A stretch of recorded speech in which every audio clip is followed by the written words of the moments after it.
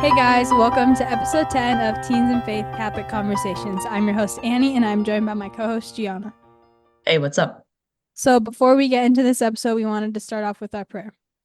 O Saint Philomena, Virgin and Martyr, pray for us that, through thy most powerful intercession, we may obtain that purity of mind and heart which leads to the perfect love of God. Amen. Amen. So Gianna, what do we have coming up this episode? So, this episode, we will be talking about the seven sorrows of the Blessed Virgin Mary and interviewing Father Brueggemann's younger sister. So, yeah, that should be exciting. Yeah. So what have you been up to, Gianna? Um, Not much really. School. Uh, I mean, okay, this isn't like me personally, but I figured I might say this anyway. Um, So there is this hurricane category 3 that's supposed to hit Florida um on Thursday, I think. So this podcast will be posted on Friday. So I mean it'd It's be Tuesday now, right? it's Tuesday now? I think so. Isn't it Tuesday right now? Oh, today, yeah. You But thought I yeah, was anyway. sorry. Yeah. No, so the hurricane is supposed to hit the panhandle of Florida. So if you all could just pray for Florida that they don't get hit too badly. Because the last hurricane, I believe it was the last hurricane they had, like maybe last year, um, the panhandle got hit pretty badly. So one person actually, we were selling furniture down there at one point, and one person just came and picked up like all of our furniture because her son lived like right on the panhandle and he just lost everything in his house. Oh man. So yeah, if you guys could just pray for them, and then like Ohio and Pennsylvania, I think are supposed to get some of the remnants of the storm. So Oh, just prayers all around. yikes. Yeah. So I haven't been really doing much. I did get ahead in school because my birthday's on Monday and no one likes doing school on their birthday, so that's Right. nice. And then that's pretty much it. I feel like I was gonna do something else, but I don't know. Yeah, school. It's that time of year. Mhm. I'm already ready for Christmas break. Like my brothers and I keep saying like we're done with this year already. Oh yeah, same. It's yeah, on to 2025. Yeah, once school starts, everyone starts counting down the days to their next break. Yeah. And like, cause when school starts, it's when like work gets really busy if you're not working in the summer. So it's like school year just is horrible. But yeah. All right, now we'll get into the seven sorrows. So, first sorrow of Our Lady was Simeon's prophecy. Uh, so just to describe the scene, sort of, um, Joseph and Mary and Jesus were all going into the temple, and um, Joseph and Mary were offering him up to God and bought him back with doves and everything. And as they're leaving the temple, they run into Simeon, and Simeon starts telling Mary um, of the future evils that will happen to her and her son. So, and kind of going deeper into that, Mary was actually told of future evils, whereas like, our Lord doesn't tell us like what's going to happen in the future. I mean, the majority of us, I mean, some saints have the gift of prophecy or whatever, but I mean, the majority of us, like, God does not tell us like what's going to happen in the future because usually the future is scary. And if we are told like, hey, you're going to get into a car accident in like 2 weeks, then we're going to be freaking out about that like until it happens. Like we'll be terrified. Well, Mary was told of what was to happen to Jesus, like his death and everything, like at the beginning of his life, basically. So she suffered all throughout her life. Like all of her joys were turned into sorrow from that moment. Like she was just not happy. She could not be happy. She was always kind of expecting it to happen and everything, just waiting for it. And, he died when he was 33. So that's like 33 years that she just keeps expecting this and is just terrified for it to happen and everything. So, um, but yeah, so that's the first one. And that just sounds awful. Like, I would not want to be told what is going to happen in the future because I already am anxious about like a lot of things anyway. Uh, and that would just make it even worse. But yeah, and then the second sorrow is the flight into Egypt. And this, I mean, I feel like a lot of people don't really know how to like hey, if someone were to say, hey, meditate on the flight into Egypt, like the second sorrow of Our Lady. Well, I feel like a lot of people would be like, okay, well, they left in the middle of the night, kind of just traveled all the way to Egypt, but it's like a lot deeper than that. Like they think about it, they left in the middle of the night. Who wants to be awakened and hey, be like, hey, someone is coming to kill your kid? Get out of here. Like go find somewhere else to live in the middle of the Yikes. night. Just get up out of bed. Um, especially uh if it gets cold at night too. It's like, oh, okay, let's go out into the cold, be awakened by the cold, and it's like this huge burst just going on you and everything. But then the Holy Family was very poor as well. So, I mean, imagine them going to Egypt. The journey was about 300 miles. And I mean, yeah, I mean, nowadays we have like cars and everything, and if it gets cold at night, turn on the heat and everything. Even like Uh, 300 miles in a car sounds like not super pleasant. Like I can't imagine like they probably had like a donkey or something like that. I can't imagine how exactly, long that took. And exactly. Jesus It was took a like, baby and Mary was like super young too. Like she was like our age. So it was just yeah, I could not imagine. uh-huh. It sounds horrible. I know. Well, especially Mary being our age. I mean, she was a lot more mature than we A are. 100%. Yeah. But yeah, I mean, they're traveling on donkey. They don't have cars or anything, so they can't even like get there really fast. Like, I mean, a car probably would take, I mean, it wouldn't be as long as like riding on a donkey. And since they were poor, I mean, they didn't have food, they didn't have a place to sleep, and you know, the best they could do for food is go door to door begging for it. Or, you know, where would they sleep? Like among robbers, maybe? Like who might be somewhere hiding behind something in the night to come and attack them or whatever. So like they didn't have anything. I mean, and if you think about it too, they're leaving their hometown to go to some place like totally new, like they are fleeing from friends to go to strangers. I mean, that sounds scary and awful.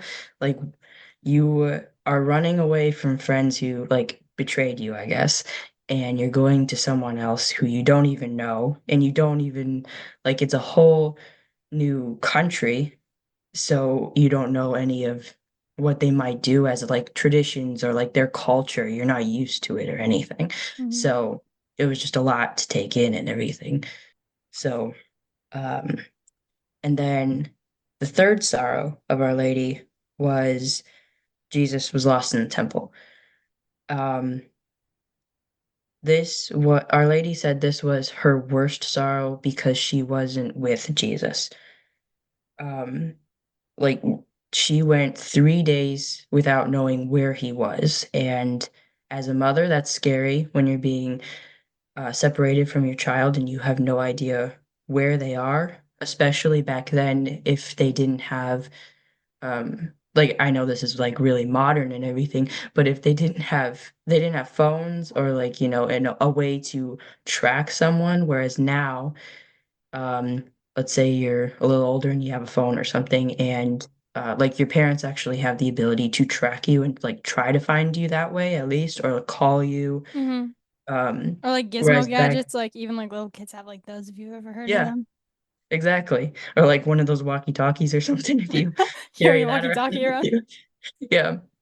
But they didn't have that back then. So they had no idea where he was. And this is more like a city, it's I think Jerusalem. So it's a city. And imagine now if your kid got lost in the city like, I don't know, Chicago, New York City, that'd be terrifying. And it's not like they could even like go to like the police and be like, "Hey, I lost my kid." Like they genuinely had no idea where he was and like basically nobody could help them. And it was Exactly. literally by the grace of God that they found him. So, Mhm, exactly. But then also, so that's like more of the motherly side. And then if you look at the side where it's like, oh, she lost God, like he was separated from her. And you think of it now like, oh, if a mother loses her child, I mean that she's usually got some support from family members, relatives, saying like trying to console her. But since Mary lost God, God is the only one who can console her. And she didn't have him. He wasn't there with her. So she was suffering without him for 3 days. Like there was no one to console her. She was just depressed, you know. And imagine if God left her, like if God left Joseph and Mary, um, you would think, oh, you would start thinking all these things like, oh, what if we displeased him in some way and he just left? Like we weren't good enough. Um, you know, uh, you don't want to think that you displeased God. I mean, that is like the worst thing. I mean, it's bad enough if you're a kid and you displease your parents in some way and they're mad at you.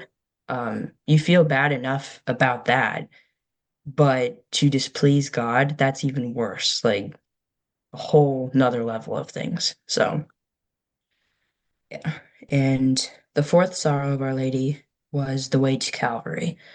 So, here, after all these years, the day has finally come where he's supposed to die, and all of these cruel sufferings and torments would happen. And the disciples came to Mary with the news that of what happened to him in the house of Caiaphas, like what they were doing to him, and now that he was scourged, crowned with thorns, now he's walking to his death, like he's walking up to Calvary and everything. So Mary goes with the disciples, or like Saint John and Mary Magdalene, and she gets to this area where there's a bunch of people, and she sees that he already had passed because of the trail of blood. Now, that alone is wow, because it's thinking about how oh, I know my son passed because of the trail of blood he left. That's terrifying. Why? No one would be happy to see that unless you're possessed or something. But um, so she goes to find him. So she takes a shortcut, um, and she ends up meeting up with him. And you can just imagine how she felt, what she saw her son like in his state at this point. He didn't even look like a man. And he was just dripping with blood.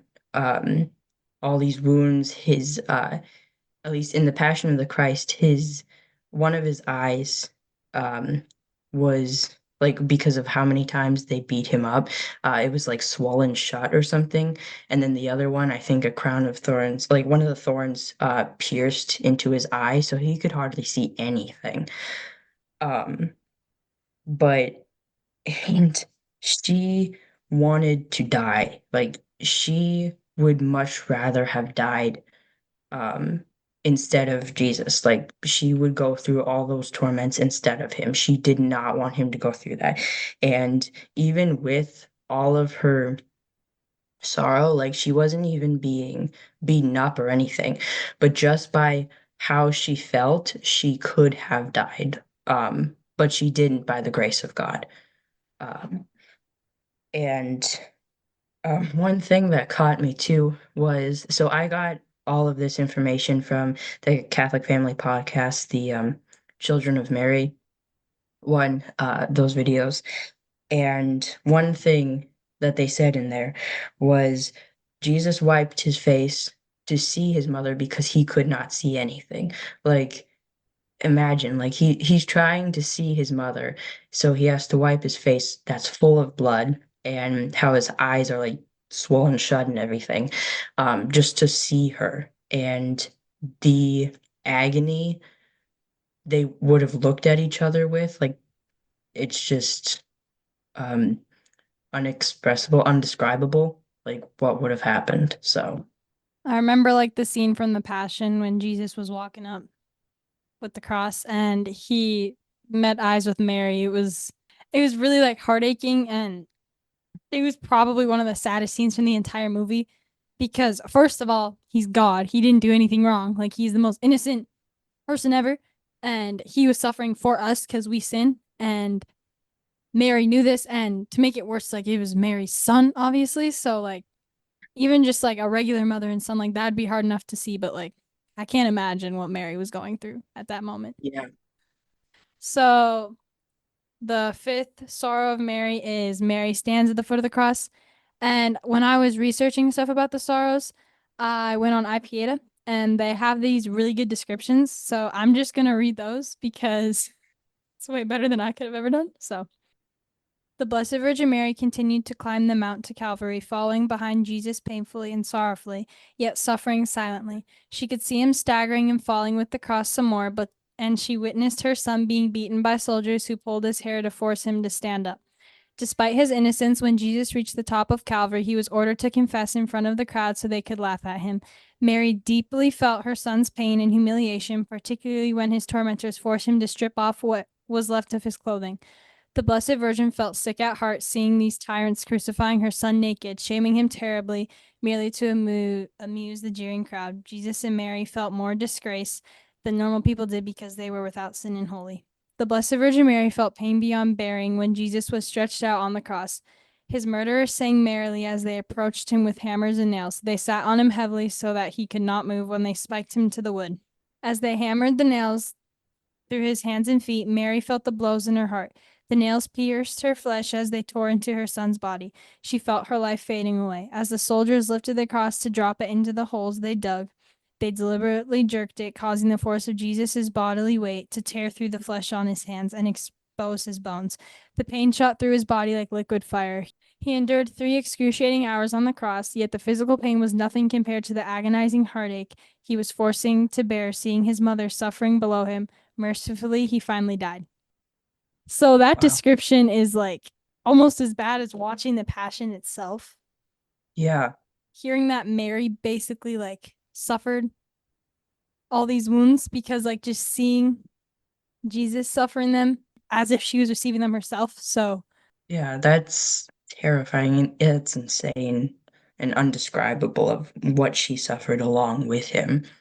And I think it's in the coronation that there's one line in there, like when you're doing the rosary, there's one line in the book where it says, "Only in heaven we will know how big Mary's role is in the redemption and like how much she actually did suffer along with Jesus." So, another part was more than we can ever know, the hearts of Jesus and Mary overflow with joy at this reunion because she had to witness him like this. So yeah. yeah. All right, where's the sixth? All right, so the sixth sorrowful mystery is Mary receives the dead body of Jesus into her arms. So she is receiving her dead son into her arms. That just sounds absolutely traumatizing. Yeah. The friends of Jesus took down his body from the cross and placed it in the outstretched arms of the Blessed Virgin. Then Mary watched it with deep respect and love because she was his mother. She knew better than anyone else that he was God incarnate who'd taken a human body to become the savior of all people. Mary could see the terrifying wounds from the flogging Jesus had received while at Pilate's. His flesh had been shredded and large strips had been torn from his back. His entire body had been so lacerated that gaping wounds crisscrossed him from head to toe. Mary found that the wounds from the nails were less severe than those caused by the flogging and by carrying the cross. She was horrified at the thought that her son had managed to carry the heavy, splintered cross all the way to Calvary. She saw the circle of blood the crown of thorns had made on his forehead, and to her horror realized that many of the barbed thorns had dug so deeply into his skull that they penetrated his brain. Looking at her broken boy, the Holy Mother knew that his agonizing death was far worse than the torture reserved for the wickedest of criminals. As she cleaned his damaged body, she envisioned him during each stage of his short life, remembering her first look at his beautiful newborn face as they lie in the manger, and every day in between until this heart-rending moment as she gently bathed his lifeless body. Her anguish was relentless as she prepared her son and Lord for burial, but she remained brave and strong, becoming the true queen of martyrs. As she washed her son, she prayed that everybody would know the riches of paradise and enter the gates of heaven. She prayed for every soul in the world to embrace God's love, so her son's torturous deaths would benefit all humankind and not have been in vain. Mary prayed for the world. She prayed for all of us. That just shows how perfect Mary was because while holding her dead son, she was praying for us sinners who caused his death. That is insane. I don't know if like any other mother in the world would be thinking about anybody else if they were holding their dead child in their arms. And we are so blessed to have the mother of God as our mother. Like just pray to Mary because she will bring it to Jesus. And one time I think it was in like the glories of Mary, maybe. I think Father Bergman was maybe talking about it. Anyways, there was like this conversion of a criminal or something, and he was like kneeling in front of Mary, and then like the statue of Mary holding her infant Jesus came to life, and he like looked at the infant lovingly, and Jesus just turned away.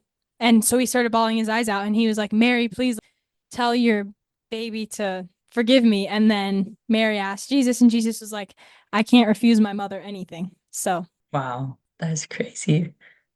I mean, even after all of that, like she still prayed for us, like she forgave us for doing all of that. That's insane. the seventh sorrow of Jesus is placed in the tomb. The life of the Blessed Virgin Mary was so closely linked to that of Jesus, she thought that there was no reason for her to go on living any longer.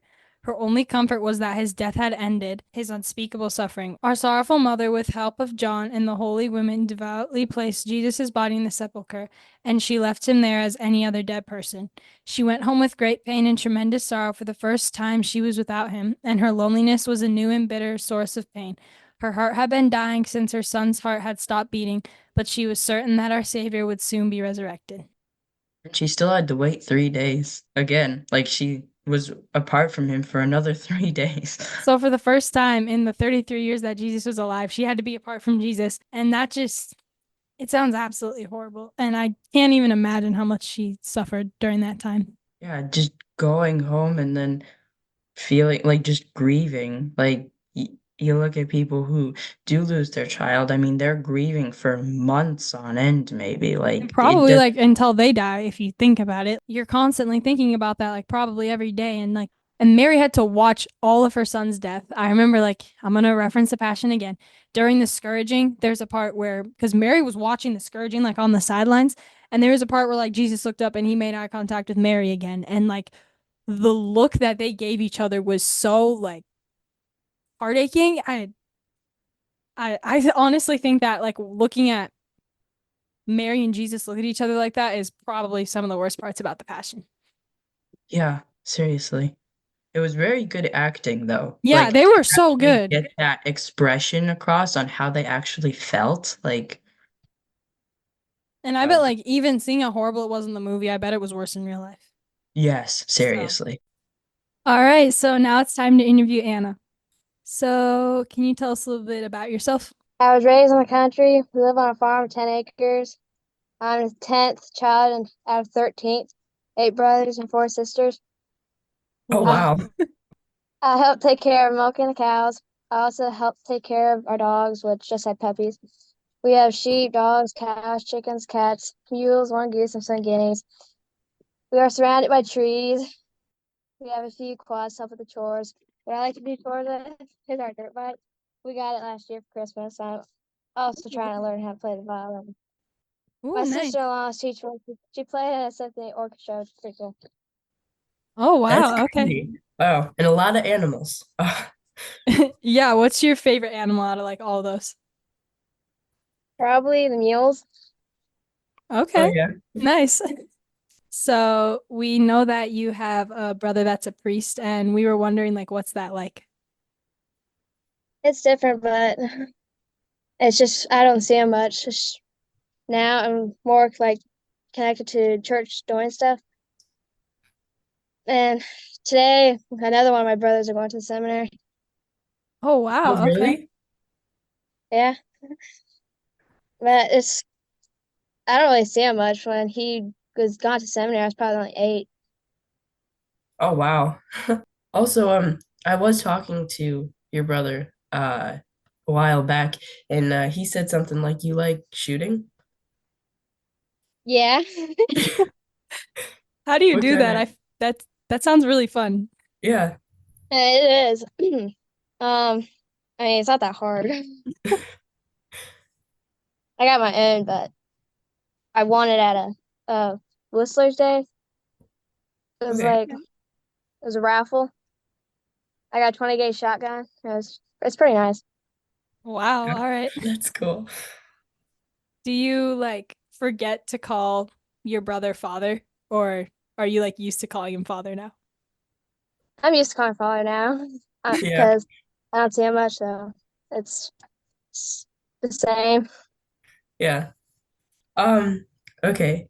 So Father Toronto said you're in a sodality group. So do you want to tell us a bit about that and like what it is exactly and what you do for it? It's called Sit Out at Charity, led by Father Caronda.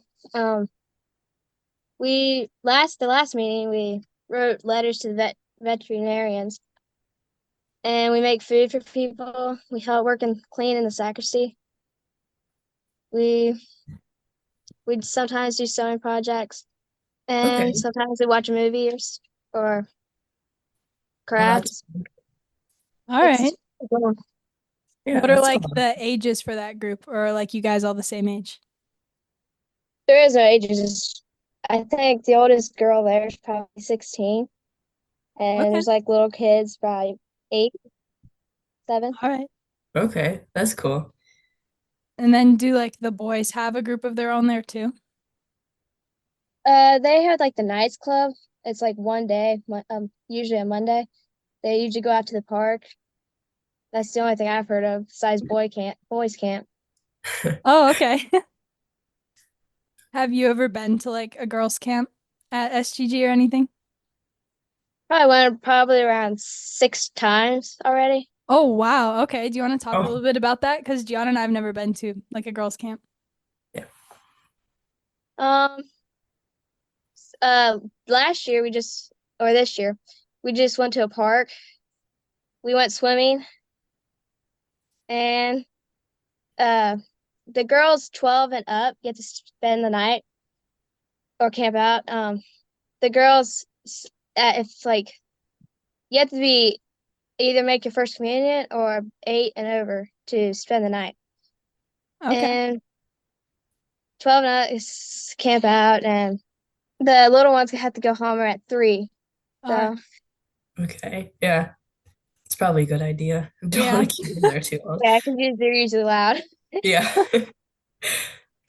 Um, have you ever camped there before? Or I camped there because I'm 13, so I've been camping out because I live an hour away from church. So, oh wow. but Do I you get to go go every there often. Sunday to church with Yeah, living we go there? every Sunday. Yeah, Oh Okay. wow. because it's about 45 minutes probably. But Oh, Oh wow. All okay. right. yeah, we go every Sunday and sometimes on Saturday. It's pretty often. What Okay. mass do you go to? Because I know SGG has like 4 masses. I go to the low mass, my family does, and then my brothers they stay for second mass because they usher and serve. Oh, okay. And then, yeah, Okay. Nice. Cool. So I would assume since you live an hour away, you're homeschooled, or like do you still go to the St. Gertrude school? I actually never been at a different school. I've always been homeschooled all my life. Oh wow. All right. Annie has too. Yeah, I have. What grade are you in? 8th grade Nice. Yeah. What's your favorite subject in school? history. All right. That's mine too. I love history. What do you What's like your about favorite? history? Yeah. I don't know. It's just I like kind of like reading and the different stories. It's kind of nice. Mhm. That's what I like about school. I don't really like any other school.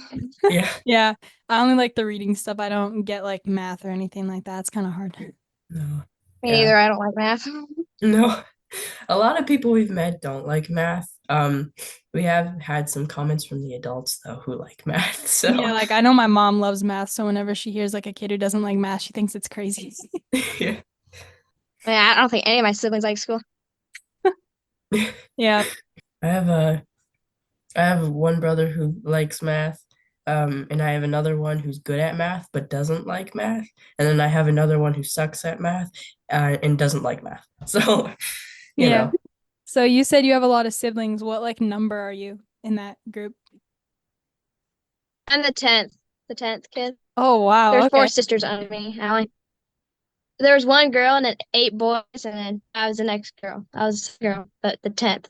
Oh man, So that's my one crazy. sister, wow. she had 8 brothers to deal with. That is crazy. I had four brothers to deal with until my little sister Mary was born, so I don't know how your sister dealt with that. That seems insane. Me neither, but So do you have a favorite saint? uh, probably Saint Therese, Mm, Okay. What do you like about her? the child Jesus, because she's my confirmation name. Oh, she's mine too. Uh, confirmation. Yeah. I'm not too sure, but I read the story once, but I don't have a good memory, so I don't really remember much. I just remember liking the story That's okay. and that confirmation, so I figured I'd pick it. Yeah. yeah. Do you have a favorite book you've ever read? Probably Faith and Freedom. It's like a little book that has like all these stories in it. Oh, okay, nice. Oh, okay. What kind of stories does it tell? There's just a bunch of different stories. One story is about these like three princes who are like ugly, and they wanted to be pretty because everybody in the village were always kind and pretty, but they weren't like kind. So one day they asked like the baker's daughter because she was like really pretty and she was taking a cake to the castle, and they're like, uh, what are you doing here? And she's like, just get here's a cake, and they're like, they just didn't like because they're like really homely and ugly looking.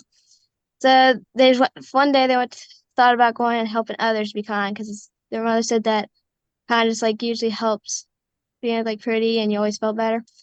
So they went to the the village and they're like working, like being kind to others and helping make the cakes and stuff. And after a while, they're like they felt better after that. They looked in the mirror one day and they're like way better looking than they were because what they did. I mean, I'm not sure if it's a true story, but yeah, it It is. sounds like a good book. Yeah. Yeah, I kind of like that book. It's Faith and Freedom. Yeah. Yeah. That's got a bunch of good stories and everything. Kind of sounds like a book that Father Lay Toronto would have done. Like he has those books with a bunch of different stories like that, Mm-hmm. or like what was it, The Gift of the Magi? He did that one too, or something. I don't know, but Have you ever read any of the Father Let Toronto books? Not that I know of. I don't think so. I don't think I did. So you were talking about the sodal, I can't say that word. Sodality. Sodalities that you're in. Do you think like missions that like Gian and I are in could start those? Yeah. I mean, we just yeah. I think you could do that for missions. Okay. Yeah. How many people are like in those, would you say? I mean, it's different every time. Some people usually don't show up, but I would say 20, 25 probably are in Okay, it right now. Okay, nice. nice. So And you would said we, Father Let Toronto started that, right? Yeah. Yes. All right, cool. all right. So that wraps up our interview, and thanks for coming on. Yeah, Yeah. It it was was a good fun. time. So that wraps up episode 10, and thank you guys so much for watching. And next episode, we will be interviewing our little brothers and my cousin. So that'll be interesting. Yep, Um, some I embarrassing hope stories are told. So, I hope you guys enjoy it. Um, I think I think it'll be pretty funny. Also mhm. embarrassing for the both of us. Yep. But, yeah. We So knew that like while filming it, we were like, "Are we sure we want to film this?" Like, they did a good job though. I was proud of them.